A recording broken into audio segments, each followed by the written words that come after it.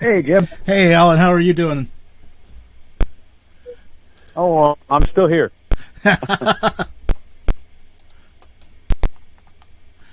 Okay. I apologize if there's any background noise. I'm actually down in Houston, Texas at the moment. That's fine. Hey, I appreciate you jumping on with me.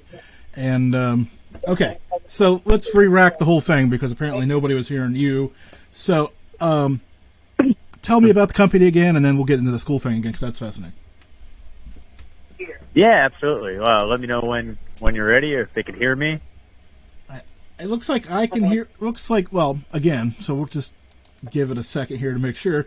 My monitor's working correctly again, so, you know, who knows what that's worth at this point.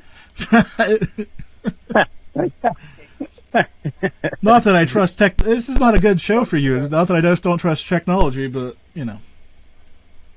Nah, hey, look, always understandable. I'll blame you. The technology guy brings his own trouble, right? Yeah, I'll take that one. You have a better IT team than me, I hope. Oh yeah, we got a few who are pretty good at it. I hope. Oh, well, of course, I'm blaming the IT team that I have, which is me. So, oh, jeez. Come on. There we go. Let's copy that link for them. Things you take for granted because, you know, you just think this is all so simple and straightforward until the moment it's not. Yeah, I mean, everybody thinks they need to just press play.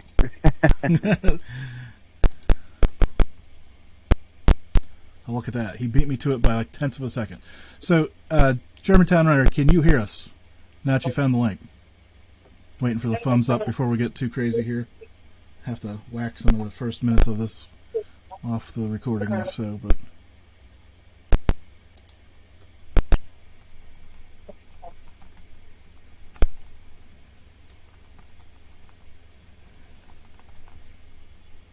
so yeah. Yes, he is a little scratchy, but that's okay. The audio is there. Okay, so Alan, you're being heard. You're okay. So oh, great. So tell people where you are again and why you're a little scratchy, and then we'll rock forward into the company, and then we'll get into the school thing again.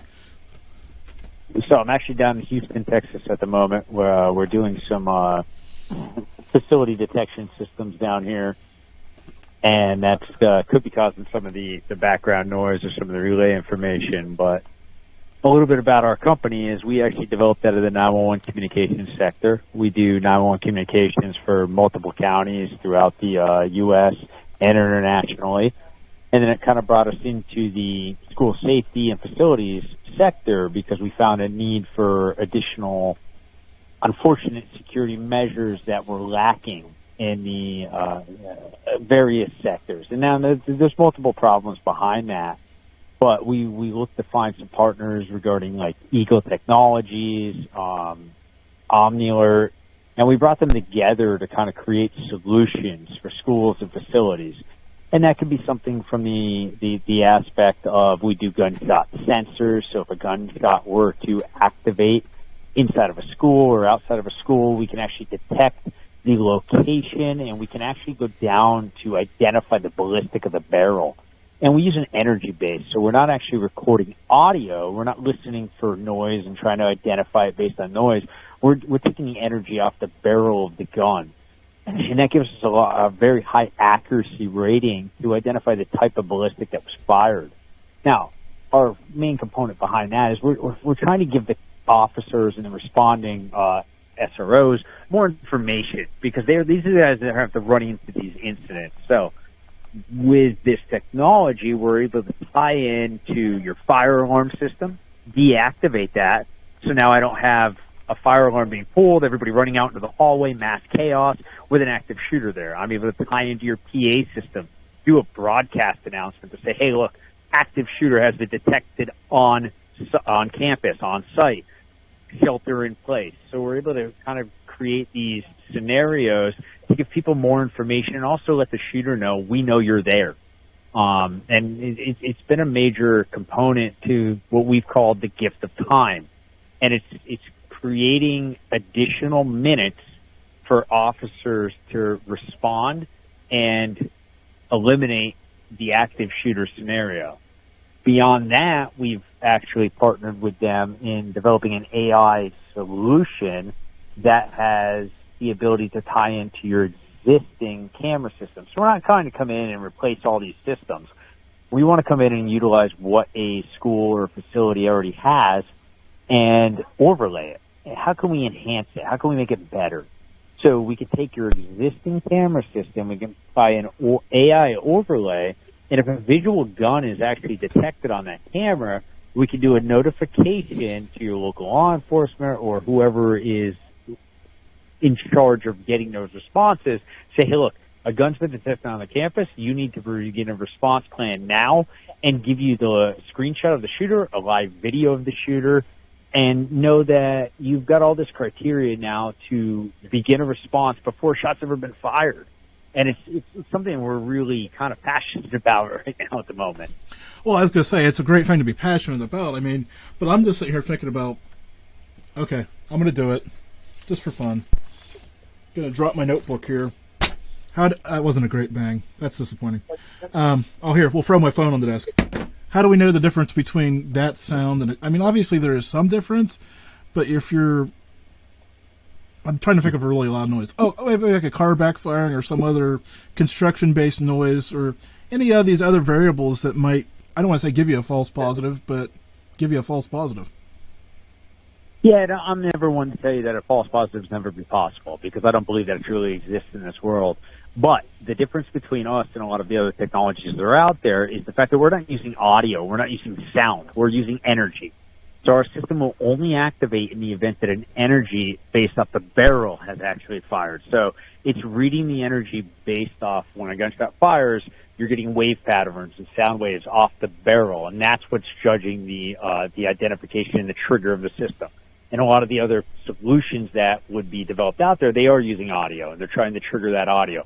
We're not using that. This was developed by the Department of Energy, down to the fact that it's got a, when judged, a 99.9% accuracy rating from the DOE.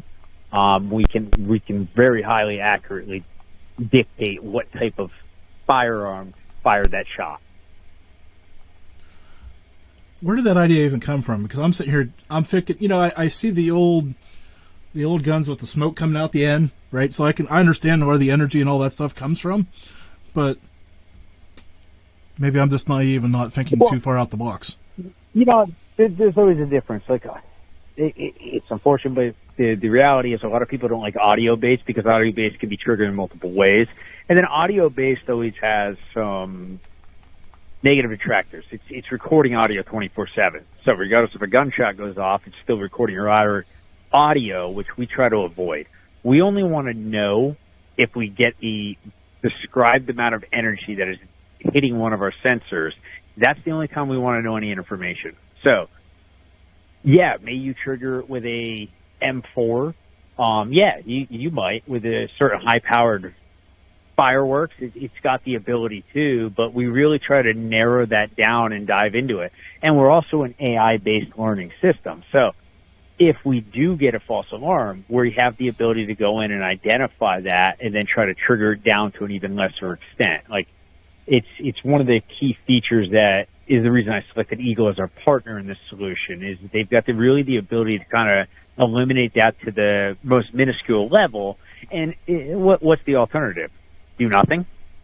Yeah, I'm not saying we should do nothing, that's for sure. Yeah. Yeah.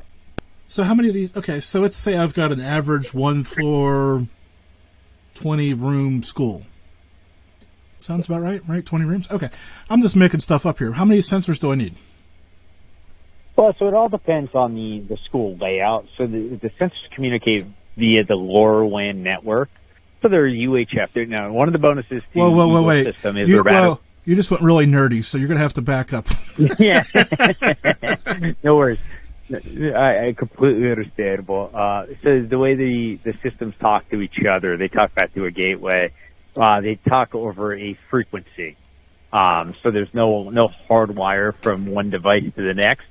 They have a receive pattern, and if they're activated, they transmit information back. But it's all done kind of over the air, kind of like you and me are talking on a cell phone. We talk on frequencies to a tower site, and that tower site talks to the next person. That's how you and me are communicating right now. Essentially, that's how the system works, but it just does it independently. And that's what they call the LoRaWAN network, a base frequency range that we're able to communicate cross back and forth to. So these devices, they communicate via that network, and it runs about the 433 megahertz, which is just the frequency band, back and forth to each other. And what it allows it to do is be a battery-operated system. So I don't have the heavy install cost. I don't have any of those features to it. And we're able to give information for a much reduced install cost. So when you're talking about a single floor with 20 rooms, well, it depends. Are you in the form of an L or are you in the form of a U? What we try to do is go in and take the blueprints of the facility and put them in the most logical places. So I don't want to put one in every room, because that's not how active shooters work. Most active shooters, when these scenarios happen, they're moving through the hallways. So where's our smartest locations to put them? That's what we look for. Initially, if a school doesn't have money, we look at ingress and egress points. Now, if they do have a little bit more money, now we can plot throughout the facility strategic locations to kind of install that. So in the scenario that you gave me, if it's based in a U, I'm going to look at doing 2 in each corner. One running up the left side, one running up the right side. If it's based in a straight line, I may be able to cover it with one. It really comes down to kind of the school components, because it's energy based and not sound based. So it's much higher on the accuracy level. But I do require it to receive the energy from the barrel. So my next question, with you mentioned AI, and we did a spring series on AI and how, it's changing so fast. We probably could have kept with it, and then we jumped back into it tonight. How fast is this stuff changing and growing and developing? And I bet you feel like you're falling behind just talking to me tonight. Yeah, I mean, it's constantly. It's every second. That's one of the bonuses to AI and having those overlays. It's a constantly learning system. So when I go to bed tonight, and we all call off for the end of the night, the system is still working, because that's all it does. It doesn't know any different, so it's going to constantly be looking for modifications. Then we go in and we review them. If we have any customizations we want to make, it can be done, but it's a constantly learning system. So I hate to go here, because, this is where the fun really begins for some people. And for me, it really begins, and some people, it really turns them off. But since you're overlaying with video and AI, I mean, the sky's the limit of things we could be looking for in the future, right? Oh yeah, absolutely. And one of the bonus features that we have with the system that we utilize is I have the ability to do it as an on-premise system, which means no outside interference. If we install a server on your system, there's no information that can be left of the school, of the facility. Everything can be housed internally and completely done on-premise, where a lot of these other places, when they try to do them, they want to do a verification outside. I can do it completely on-premise, which means no information leaves that facility without a sign-off by whoever's there. So it's just, the sky's the limit, what we want to do with it.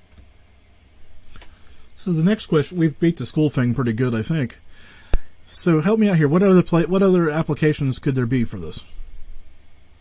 Oh, honestly, it's kind of endless. I mean, we've done events down in Florida where we had an outdoor parade that we got asked to come down and put the sensors in line for, and we actually detected a gunshot that went off about 12:30 that night after all the fireworks went off, and we had to hand it over to the local police department because there was an actual active shooting scenario in that spot.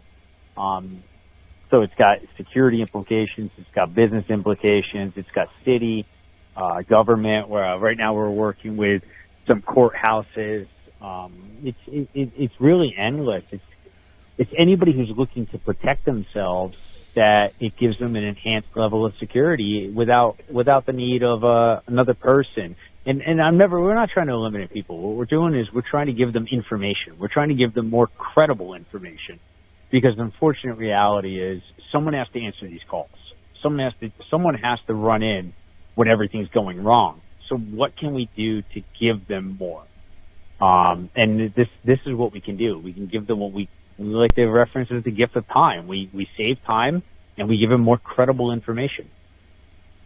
Which is key, because, I mean, it's one thing to know there's a shooter, but by the time somebody calls it in, now if your school's massive on different stories and all this other stuff, it becomes hard.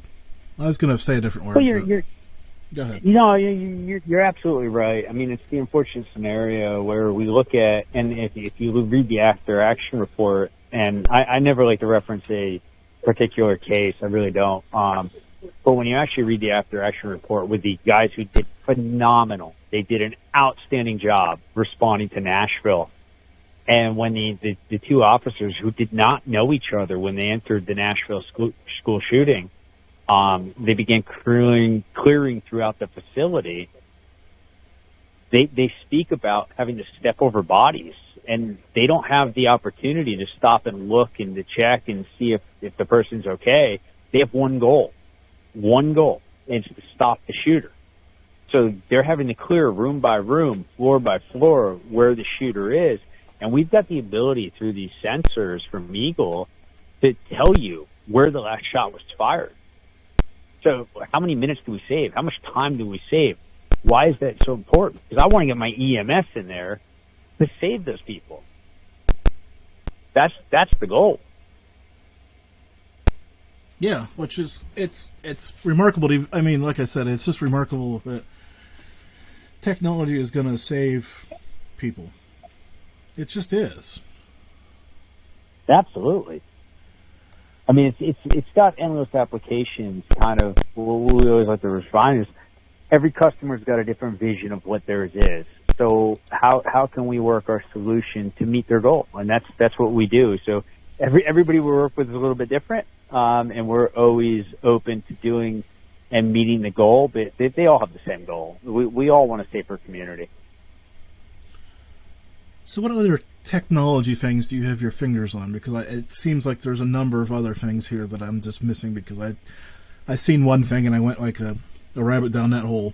But there's a lot of other integrations here that I'm missing. Well, I mean, when it comes to that, it really comes down to a wide variety of us as a company. In this sector, it's we could tie in panic alarms. So we can install panic alarms throughout the facility, which good. all of them. But good, because I hear you're from Pennsylvania. Correct? I am, yes. Yep, I'm actually from the Northeast. I'm just based just outside of Wilkes-Barre, Pennsylvania. Oh, I'm sorry. I'm from Northwest, so that's unfortunate. But I seen the Pennsylvania House. I think it was wanted hotel housekeepers to have panic alarms. Yeah, absolutely. So we have the ability to do two different things, and we've done it with a few schools here in the Northeast at the moment. So in the Northeast, we actually operate some of these systems currently. And in those scenarios, we've actually given a teacher an application-based item on every one of their phones that they can activate a panic alarm that can send a direct information via video or audio directly to your local SRO, kind of whoever's designed to receive that information. But we've actually given that to every teacher in the facility via an application. So it's just an app on their phone, and then they bring that up instead of trying to call 911 or whatever, because... Yeah, because it's kind of real-time information. That kind of came about with those scenarios where you're locked in a room, and I don't have the opportunity to, per se, call 911. But I can do an emergency activation of my cell phone application, and I get a live video, if wished. Everything is completely at the teacher's discretion. I could have a live video and audio feed of what's going on inside of that room in the event of an emergency. So we looked at something like that because of an unfortunate scenario that happened down here in Texas, where everybody was locked inside that room and had the ability to activate an emergency application, you would have had visual and at least, if not visual, audio communications of what was going on inside of there. So I guess to play devil's advocate, because that's what I do around here, make things fun and spicy for us. What about an app base for the students? Because what if something happens to the teacher? Well, those are always available. They are created out there. It's something that can be done. We always look at how much we limit to students, only because you always want to worry about your false alarm solution or what they can activate. But you have the ability in some scenarios to send a student with an application can alert a local school district or a local professor without alerting a system. So you can give them the information without actually activating something to the school system. Which, like I said, I could see there. I mean, we're talking 1 in 100 cases, right, where there's something specific that may be, problematic, but not 911 problematic. But a student could report it and intervene. Like I said, we could chase rabbits all night, but well, that's what we're good at. But there's scenarios. Hey, look, I understand. I was a high school and a college student. I get it. Meanwhile, we actually know the answer would happen if a student had a problem with a teacher, right? They'd be on YouTube or TikTok live, and they wouldn't care about calling anybody. Yeah, it's incredible how much faster it works when it goes that way.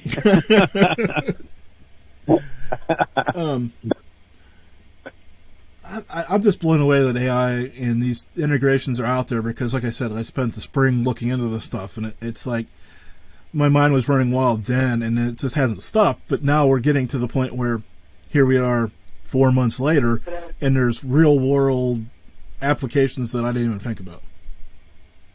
Oh, yeah, absolutely. I mean, and we've worked with places all over the U.S. currently. We have several installations going on currently in the state of Pennsylvania. We have some schools that have been very proactive in the solution. And I'll be honest, it's unfortunate. It's not these schools' fault in a lot of times. I mean, I've met with a lot of school districts. Our funding to schools has to be top-notch. We don't support them enough when it comes to increasing their security levels. And it's not their fault. It's just something that has to be made aware of that, look, if the one people in our generation who deserve the most safety of all is children.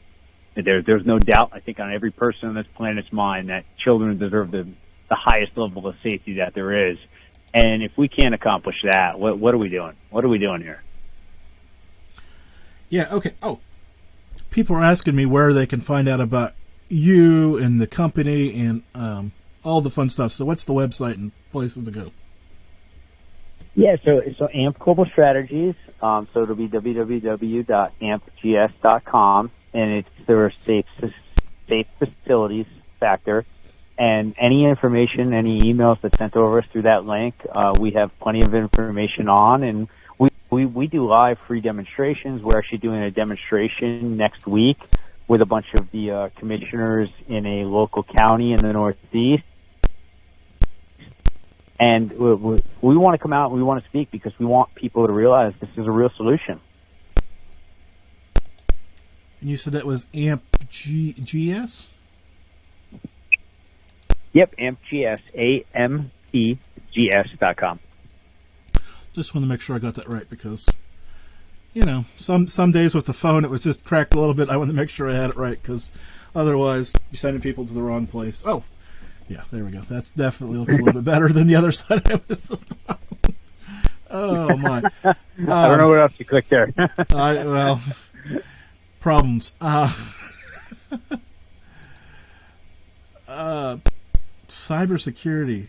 Man, that's got to be an issue, too. Because, Oh, absolutely. Yeah. I'm just thinking, about... Yeah, unfortunately, there's been Yeah, go ahead. Talk to me about it. There's actually been schools... There's actually been schools in our state that have been hacked, and a lot of people aren't taking cybersecurity to the level that it actually needs to be taken to. And it's not simply easy as enough as changing your password. So it digs a little bit deeper into that. I mean, I've got an absolutely phenomenal IT staff that would beat me if they asked me if I was the one who described it. So, oh no, trust me. Like we were laughing earlier. IT is its own little beast in its own little world, and I appreciate when they come out for air. But oh, I'm gonna get an email about that one. Wave slow to all the nerds. Oh, I mean all the technology people. We love you. We appreciate you. Don't hate us too much. No, I mean, because I guess my background, my issue with cybersecurity is somebody even hacked my website one time, which seems ridiculous, and started putting a whole bunch of malware and all kinds of stuff on there, which was just, well, it's horrible when it's happening because, you know, you're trying to scramble and put things back together, and I don't know why anybody would have any interest in attacking me except, well. No, I mean, you always wonder what some of these people are thinking out there, but yeah, they come after everybody, and when they hit the right one, they make out very well.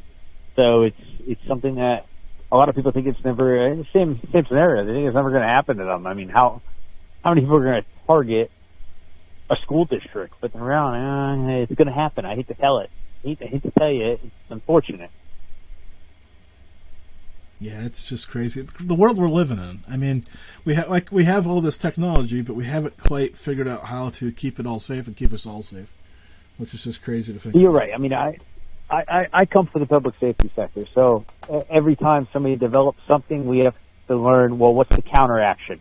Because everything we develop, there's going to be a counter, and then when you counter it, we have to counter it. So we've learned to try to be the most fluid we can, but you're right. I mean, there's never going to be a perfect scenario because everything you do, somebody's going to learn to try to counter it.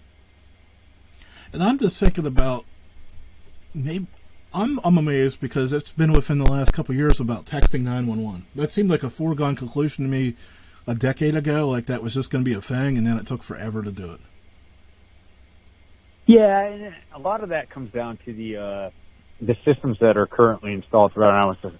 Like 911 is a sensitive subject. Honestly, I'm very passionate with our 911 guys because they're about one of the most underfunded, understaffed communities that exist in the state of across the U.S. Not the state of Pennsylvania, across the U.S. These guys, I mean, I know a lot of them personally. They work their tails off. They're mandated overtime, and they work countless hours, and it's been a tough scenario. And then when it comes down to it, we don't even give them the best tools that are available out there today because we don't fund them enough. They've got to look to increase communications for their local responders. So you have to pick and choose how you spend your money in order to kind of enhance what you currently have. You're right, though. I mean, the truthful wish is, and we're actually doing this. We have a beta test right now going on in the state of Pennsylvania. This will be the first across the U.S.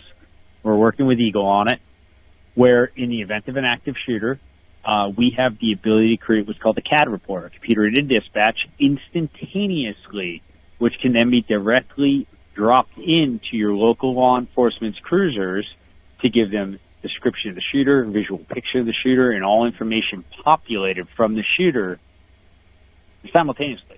But that type of technology isn't going to be your first solution when it comes to 911. Because you've got to first create communications for your EMS, your firefighters, and your police. Then you move to all the enhanced features, and it's a really sensitive subject for a company like mine because we've been at this for 40 plus years. I mean, unfortunately, I've worked in countries that they honestly don't have 911; they dial 111, and it's a community that is very passionate about community safety, but we don't fund them properly to dish that back themselves. Which is, I can tell you right now, and even in the state of Pennsylvania, it's a struggle. We're understaffed in various counties in Pennsylvania for our 911 side, where in some counties in the state, you're going to get a voicemail when you call. Which is totally ridiculous to me. I mean, there's no reason for that. Oh, absolutely. No. I mean, I've dialed 911 twice, and I've come across a voicemail. let's let that sink in for a second. Calling 911, expecting help, and getting a voicemail. Yeah, and it really comes down to funding. It really does.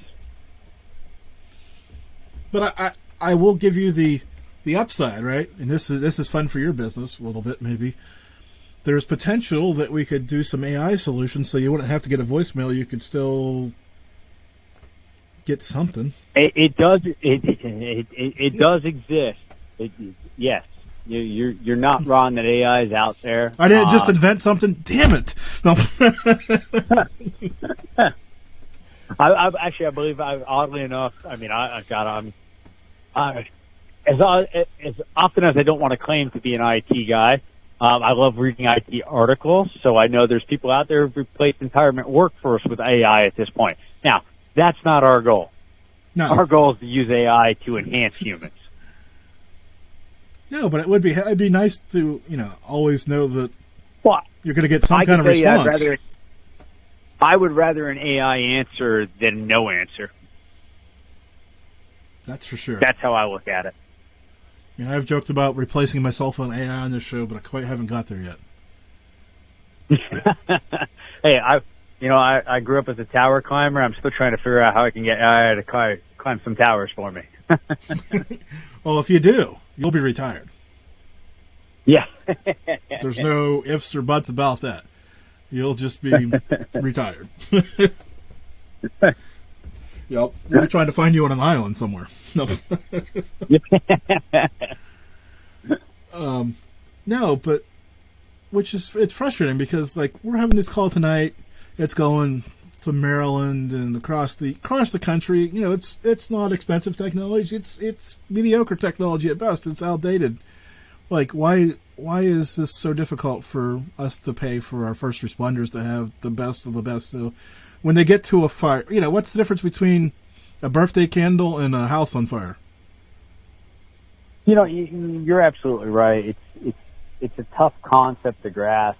I don't have all the answers to it. I just know that the fact that, truthfully, in the U.S., we're using technology that's over 40 years old. That's what we created as the U.S. standard in public safety, and it's extremely expensive. It is not cheap. It's unfortunate. It's really not. It is something that we're really passionate about discussing, and I don't know how to reference what I believe is the future moving forward, but it's definitely not where we're currently putting our focus. Wait, I just want to, again, we're having one of these moments. You said 40 plus years old. So that rules out this device I have in my phone, my phone, because that's a year old or whatever it is. Yeah. Yeah, the U.S. standard in public safety communications for two-way radio communications, the adopted technology is over 40 years old. So we're talking like CB radios, like Smokey and the Bandit. You're going back to that timeline. Yeah, it's obviously a different technology, but it's something that it's outdated. It's bypassed. A lot of the rest of the world has adopted it and left it, and it's something that still exists here. I can't wrap my head around that. That's just because we have all this technology. Like I said, we're having a call tonight. You're in Houston on a cell phone, and I'm here in Western Pennsylvania with a bunch of properly working computer programs now, and it just blows my mind that we're 40 years ahead of our first responders. I can't. Yeah, I mean, in my opinion, the first responders are about the most underpaid, underappreciated staff that exists in the U.S. And it's something that I hope one day will change, and I hope people will realize it needs to change. Yeah. Okay. So because we asked these guys that make that call. Oh, it's just I was gonna say it's just horrible to be thinking about this stuff. I'd rather be thinking about what AI is doing.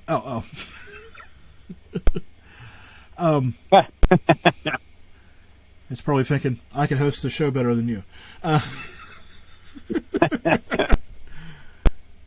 So you mentioned towers, so they're still a necessary evil, though, right? Because we got all these cell phones and all this other stuff going on?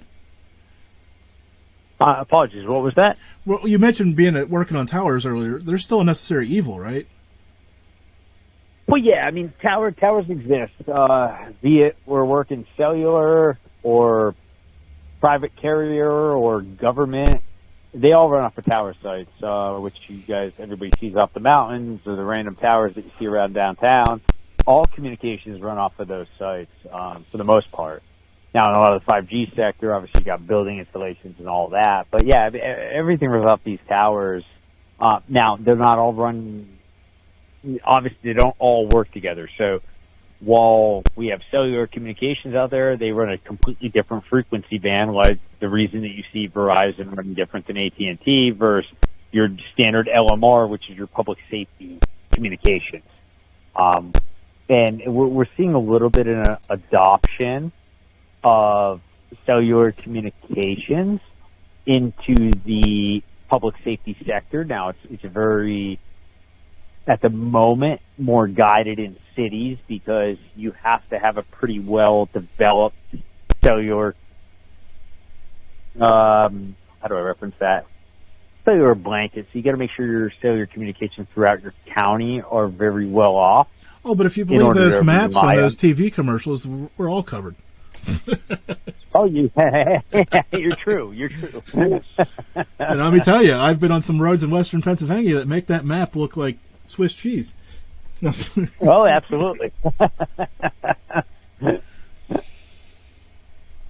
Yeah, no, it's something that it is a new technology that's out there, and that's a cellular-based technology. And honestly, it's what you're going to see, in my opinion, in the far down future, where they do rely on that communications more.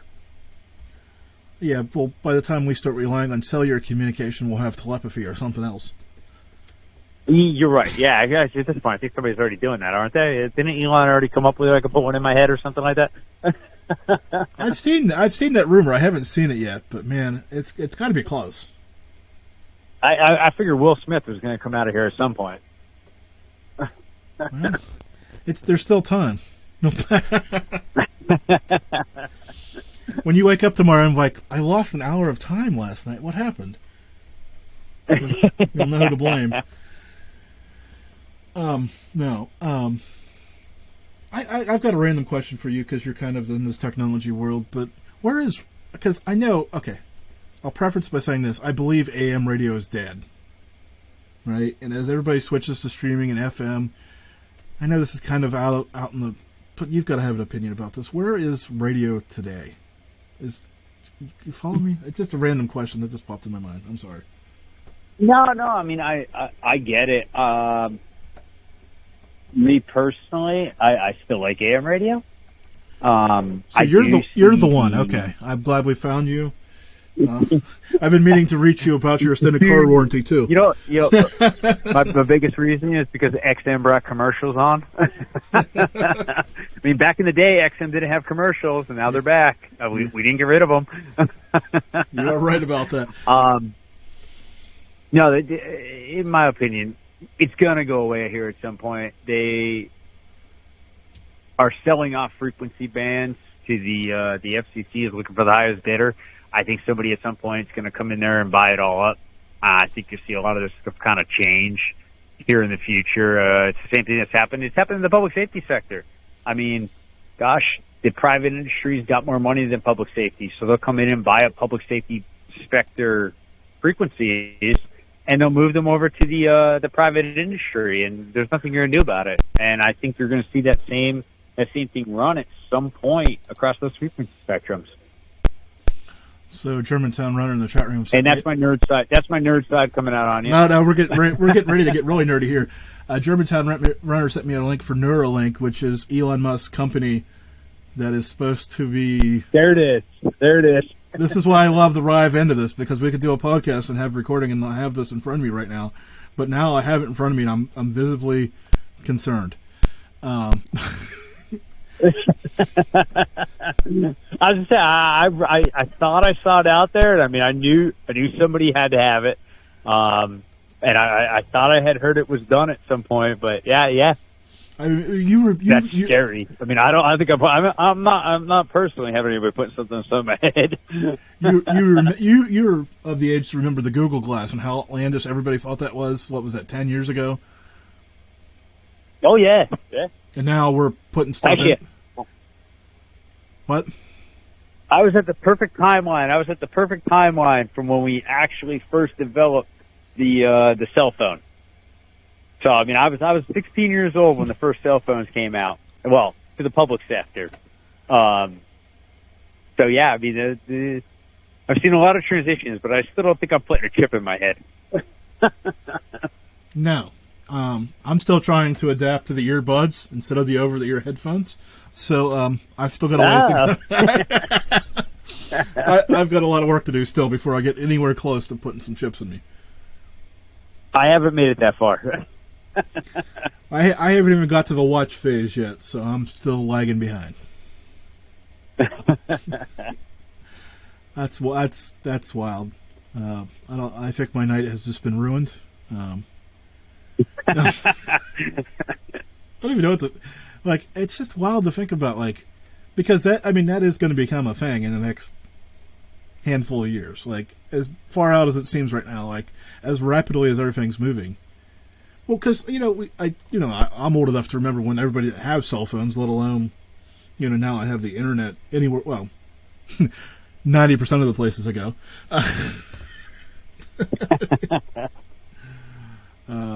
But man, so talk to me about, like, we talked about network security, but in safe facilities. But if everybody has their own phone and their own devices, I'm just thinking that's going to be that's even harder to maintain and try to keep a safe network.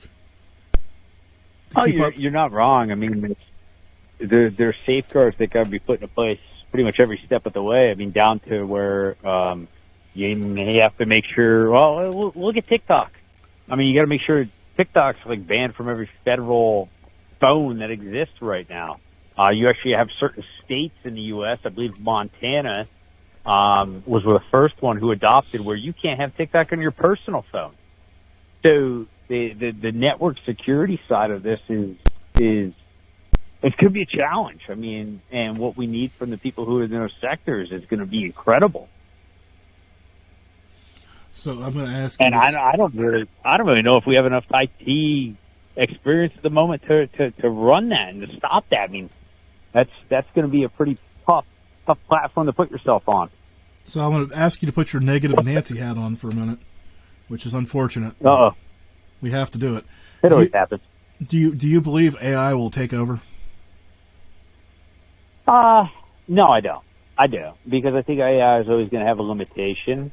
At the end of the day, AI is a learning-based system, but without a human overlay of the system, I think it's always going to have a limitation, or its limitation of digesting information will always be limited, because I can't tell as an AI, I can't tell what a human might be able to understand. If something looks like a threat, AI is going to think it's a threat, where a human may just assume or know that it's not. Really, AI to me is a tool.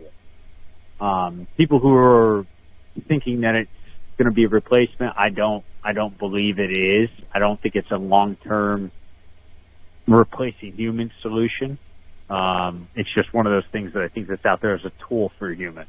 You should give me the old, if you're old enough to remember when the internet came about, everybody was worried about it taking over the world too. And oh wait, yeah. Well, hey, I still remember Y2K. Oh, I remember when Y2K was going to shut down the world. it did, right? Yeah, I mean, it shut us off. We lost the internet that day. Well, see, we had the Mayan calendar. It was wrong. It was actually 2020 instead of 2000. Yeah, we were off. Yeah, that's right. Just, yeah, I was off a couple. It got lost in translation. It's okay. Now you're getting me in trouble, which is good. So, okay. Now I'm going to give you the chance to put on a good hat. Where's your wildest dreams where this technology ends up? Besides being implemented, giving people funding to put it places, but you know what I'm saying. It's not so much a dream. I mean, we work with a lot of different places currently already. My dream at the end of the day is we work with a company called the Zero Now Foundation, and our goal is to see zero active shooters across the U.S. It's not a goal of needing this technology. My goal would be this technology doesn't exist because it doesn't need to exist. It's something that had to be developed because there was a case scenario for it. My end goal is it's not needed. That's truthfully my end goal. I agree. I hope we never have to have this conversation again, and we're using AI to decorate unicorns. Does that sound happy enough? I agree with you. I would completely enjoy going to a whole nother career. Oh boy, that would be nice. I would love to put you out of work in the good way. Yeah, exactly. No, and I'm completely acceptable. Like I said, I didn't grow up in this sector. I grew up in the first responder sector. This was just a lacking piece that we unfortunately identified. And like you said, it just blows my mind how lacking that crossover is between those folks and technology, which is just And I wish I could tell you how lacking it is, because most people don't realize how lacking it is, but it's way less than a lot of people think, truthfully. Like I said, that's just mind-numbing to me that, I mean, with all the technology in all of the world, that we're still 40 years behind with our first responders is just, mind-numbing. There's other words, but I don't want to have to go clean it up later. Yeah. I'm sure you could fill in the blanks there. You're from Pennsylvania. Oh yeah. So I feel like I'm missing something that you want to talk about. So if there is something, let me know. No. I mean, honestly, I'm just passionate about this project. I'm passionate about Pennsylvania caring about it, and I can't be honest when I say the response we've had since we brought to a lot of the states or a lot of the counties in Pennsylvania. It's been very ongoing. We have a large demonstration going on in Bradford County, Pennsylvania, with the commissioners up there putting on here next week in their county at their 911 center, kind of bringing together one of the foremost active shooter experts, Chris Grolnick, who's spoken with the Uvalde group. He's spoken with Parkland. He has been all over the U.S. He was an active law enforcement officer. He'll be coming up to give a conversation in Bradford County, Pennsylvania here on July 26th. And I just want people to understand that take it serious. Don't take it as a joke. I mean, everybody who thinks it's not going to happen here, that's your fall. That's your fall point. And don't let that be you. Did you say Bradford County? Yep, Bradford County, Pennsylvania. Did you get lost? Did you lose a bet to host an event up there? I've been a partner with them for a long time. They're a great group of people up there. Oh, okay. Well, the people are great, but getting up there is a whole other story. You're correct. You are correct. You have to. For the folks that don't know Pennsylvania, you have to go through God's country to get to Bradford. You nailed it. Oh, I'll have to send you an email because I'll have to see if I can fit it in my schedule so we can connect next week. That'd be fun because that isn't. I mean, absolutely. As much as I joke about it, it is still in range for me to get there. So, but I don't know my calendar off the top of my head because my wife would kill me if I committed to something and you would need that actor. Well, wouldn't need the active shooter drill. You just need the body detection at that point. But that's a whole nother. Oh, I'm sure you can appreciate that as well. Okay, hey, I appreciate the time tonight, but I got one final difficult question for you. What's that? Buckle up. This is difficult. What's your favorite breakfast? OCC. Yeah, it's easy for me. Bagel sandwich. Bagel sandwich. So, okay. Sausage, egg, and cheese. Sausage, egg, and cheese bagel sandwich. My wife hooks me up every day. She's the best at it. So it's a sausage, egg, and cheese bagel sandwich. Oh, there you go. We've been doing this for 8 months, almost a year now. I don't know. It's been forever. And it seems like we've never had the same answer twice, which is random, but that one sounds good. Making me hungry, which is always good around here. Yeah, now I can go for some food myself. Yeah, so I appreciate the time writing the last minute thing, but I think we learned something tonight, and that's all that matters. So thanks again.